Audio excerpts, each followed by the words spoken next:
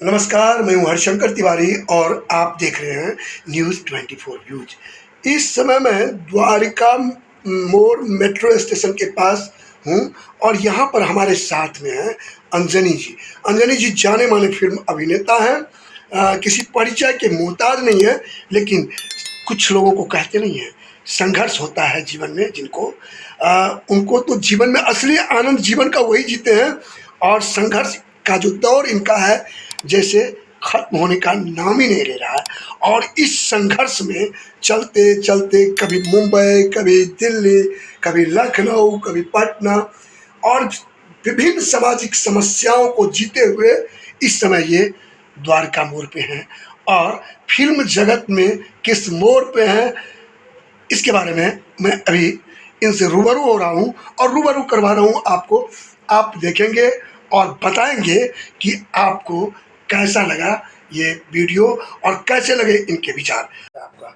जी नमस्कार आप सभी दोस्तों को और सारे दर्शकों को। हरिशंकर जी बहुत उम्दा पत्रकार हैं। इनकी भावनाओं का मैं कद्र करता हूँ और बहुत ज़हनी है। ज़हनी होना कोई आम बात नहीं है। अंदरूनी जो इंसान की भावनाएं हैं, अंदरूनी जो शक्ति हैं, उस शक्ति से परिचित होना सबके वश में नहीं है। हरिशंकर जी काफ़ी अंदरूनी हैं और कलाकार मन भी रखते हैं। बात सही है कि संघर्ष कभी ख़त्म नहीं होता कलाकारों का। मेरी शुरुआत मैला अंचल से हुई। उससे पहले भी अरविंद शर्मा का एक सीरियल था, अरविंद बाहुबल प्रोडक्शन के नाम से अभी भी एक सीरियल आ रहा है OTT चैनल पे। उसमें मैं पहली बार काम किया था, अजब गजब सीरियल का नाम था। उसके बाद अशोक तलवार और किशोर डंग द्वारा निर्मित जो है वो मैला अंचल, फणीश्वर नाथ रेणु की लिखी हुई उपन्यास पे, जो काफ़ी चर्चा में रहा। हिंदी में करीब PG में पढ़ाई भी होती है। तो उसमें मैंने एक रोल किया था ट्राइबल लीडर का, बिरसा माझी का। पूर्णिया में शूटिंग हुई थी, कटिहार में शूटिंग हुई थी। ट्राइबल जो जनजाति लोगों का घर था, ओरिजिनल शूट हुआ था। It was a fantastic role और उसमें मुझे काफ़ी तारीफ भी मिला। और मैं फॉर्चुनेट समझता हूँ, क्योंकि मैं उपन्यास बिहार की धरती का था और मैं बिहार का ही था। हालांकि दिल्ली से ही सिलेक्शन हुआ था। अशोक तलवार बहुत अच्छे निर्देशक हैं, बहुत बड़े, जिन्होंने सिग्मा बनाई थी, पुलिस फाइल से बनाई थी, बहुत सारा सीरियल उन्होंने बनाया। बेहतरीन इंसान भी हैं। उसके बाद मेरा सिलसिला शुरू हो जाता है। उसमें बहुत बड़े बड़े एक्टर्स थे, सारे अच्छे एक्टर्स थे। मैं तो UPSC की तैयारी के लिए दिल्ली आया था और मैंने ये सोचा भी नहीं था कि मुझे इस फील्ड में यही मेरा करियर बनेगा। UPSC छोड़ के मैं इस करियर को अडॉप्ट किया। और इतना ही नहीं, उसके बाद मुझे मिथिला की धरती के ही एक बड़े उपन्यासकार यात्री जी, बैद्यनाथ यात्री जिसको वैद्यनाथ मिश्र यात्री, बैद्यनाथ नागार्जुन। मिश्र यात्री जिनको कहते हैं, नागार्जुन साहब, बलचनमा में भी काम करने का मुझे मौका मिला। वो भी उम्दा उपन्यास, उसमें भी one of the lead role था। तो मिथिला की धरती के ही बड़े दो उपन्यासकार जिनके लिखे हुए उपन्यास में मुझे काम करने का मौका मिला है, ये मेरा सौभाग्य है। वैसे तो उसके बाद तो संघर्ष जारी रहा। फूल और पत्थर में रोनित रॉय, डिटेक्टिव करण में किरण कुमार, पंछी में मनोज वाजपेयी, सूर्या में मिलिंद सोमन, बहुत सारे लोग। और फिर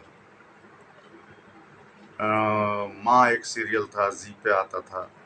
फिर उसके बाद सुमित सागल, एक डैडी समझा करो। इन लोगों के साथ बहुत सारा काम हुआ। मेरी अपनी अभिरुचि यही थी, चूँकि मैं इंटेलेक्चुअल लेवल से था, तो विजय आनंद जी का मुझे बहुत प्रेम मिला। प्रकाश मेहरा जी भी मुझे बहुत अच्छी तरह जानते थे। पार्थो घोष, उनके साथ उनकी 2 फिल्मों में काम करने का मौका मिला।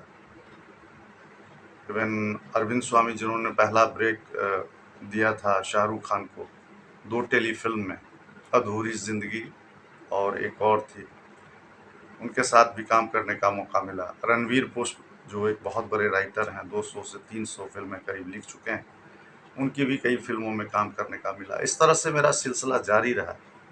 अभी मैंने एक लोहार बनाई, छोटी-सी फ़िल्म, लघु फ़िल्म, खुद ही निर्देशित भी किया और लिखा भी। यूट्यूब पे डाल दिया मैंने, करीब 1500 से ज़्यादा व्यूज़ तो हो ये चुका लोहार है। जो आपने बनाई, जी। वो क्या उनका जो पटकथा है, वो लोहार जो ये सड़क के किनारे या महाराणा जी। प्रताप के जो वंशज माने जाते हैं उनके ऊपर बनाई हाँ, थी? हाँ, हाँ, वही लोहार।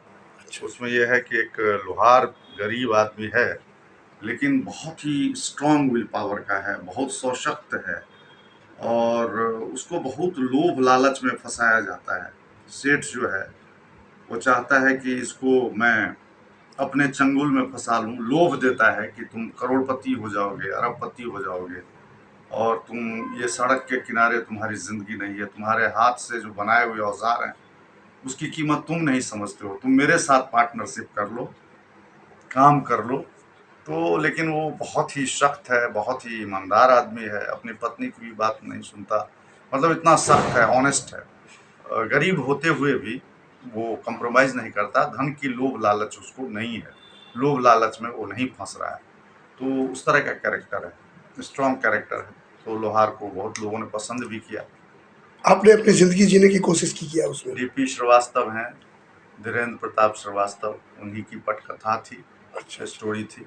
जी, उसको मैंने डायरेक्ट किया। एक तो मैं आपको बता दूं कि ये जो आप यूपीएससी की तैयारी करते और उसकी तैयारी करने के बाद अगर आप एक आईएएस अफसर होते, कहीं डीएम हो जाते, तो इतनी बड़ी पहचान नहीं हो पाती। दूसरी बात, आप एक ईमानदार नहीं, एक भ्रष्टाचार के प्रतीक के रूप में किसी खास एक ज़िले में जाने जाते।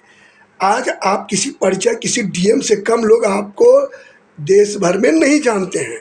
तो आपको इसके लिए तो मैं पहले बताऊं कि आप, और जो मूल कारण आप किसी भी आईएएस से पूछेंगे जब वो पास करता है यूपीएससी, जो आप आईएएस बने हैं तो क्यों? समाज सेवा के लिए। लेकिन जब उनके घर पे ईडी छापा मारता है तो पता चलता है कि वो कितना बड़ा समाज सेवा है। बात तो आज सही कह रहे लोहार हैं। बना करके आपने जो एससी एसटी को काउंट किए, सड़क पर रहने वाले एक ऐसे व्यक्तित्व को और उसके विल पावर को बता करके जो काम आपने किया है, वास्तव में देश को इसकी ज़रूरत है। जी, जी। मैं आपसे बेबाक ये जानना चाहता हूँ कि फिल्मों में भी राजनीति उसी तरह हॉबी है जिस तरह से प्रदूषित राजनीति देश में और प्रदेश में हॉबी है। वो तो जग जाहिर है, फिल्मों में बहुत राजनीति है, लोग एक दूसरे का टांग खींचते हैं, आगे नहीं बढ़ने देते हैं। लेकिन वहाँ टैलेंट काम करता है, आत्मविश्वास का रोल बहुत इम्पोर्टेंट है।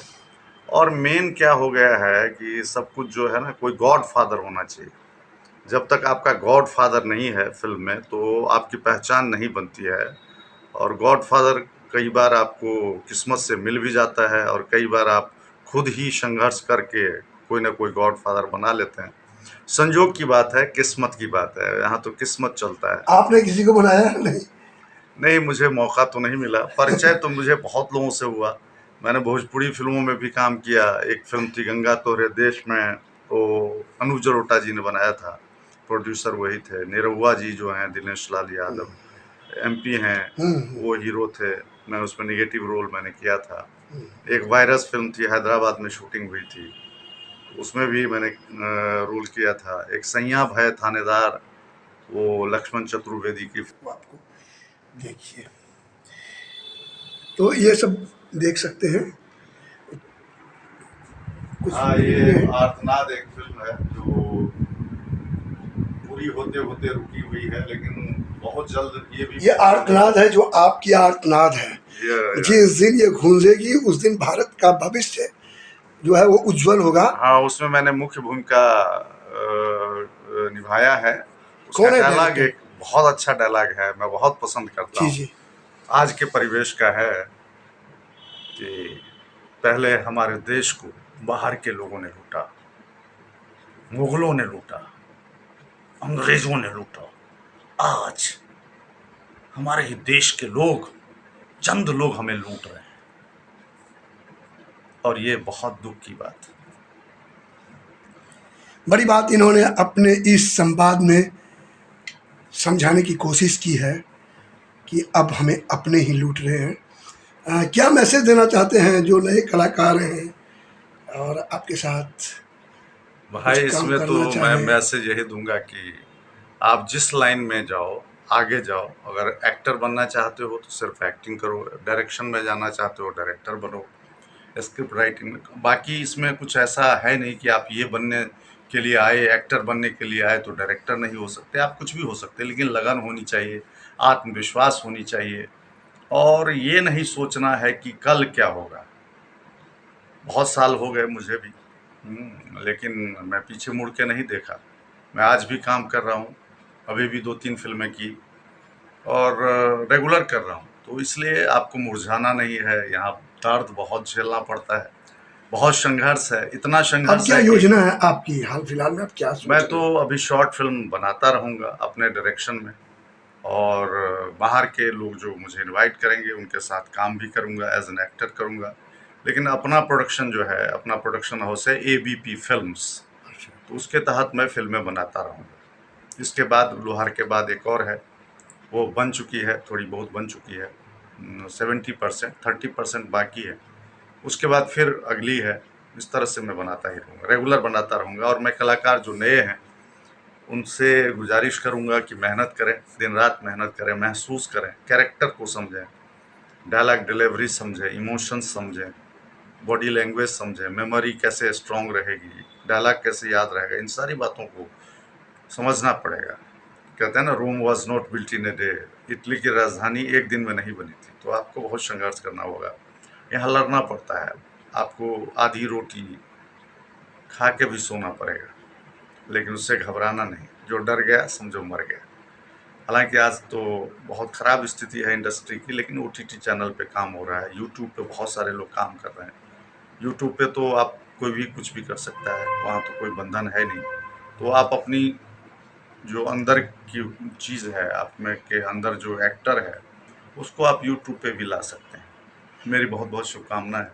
ओटीटी पे कुछ आप करने के मूड में है अभी? हाँ हाँ, ओटीटी के लिए लंबा भी। लंबा कुछ? हाँ, लंबाई जो भी होगा वो देखते हैं। ओटीटी वालों से भी मेरी बात चल रही है, और ओटीटी पे मैं एज एन एक्टर भी काम करने वाला हूँ। दिख नहीं रहा था, एक बार फिर से चलो। कैसे अपने अपनों को लूटते हैं, संवाद में सुना। ये तात्पर्य मेरा है कि आपको अपने भी अगर टांग खींचे, रोकना चाहें तो रुके नहीं। आपके लिए इनका दरवाज़ा हमेशा खुला रहेगा। चाहे आप लिखना जानते हैं, चाहे आप एक्टिंग करना जानते हैं, चाहे आप कोई भी विधा में काम करना जानते हैं जो कि फिल्म से रिलेटेड है, तो इस जो अभी क्राइसिस का जो दौर है उसमें भी आपको काम जरूर मिलेगा। केवल करना है तो संघर्ष करना है। कैमरा पर्सन के साथ मैं हर्षंकर तिवारी, द्वारका मोड़, दिल्ली।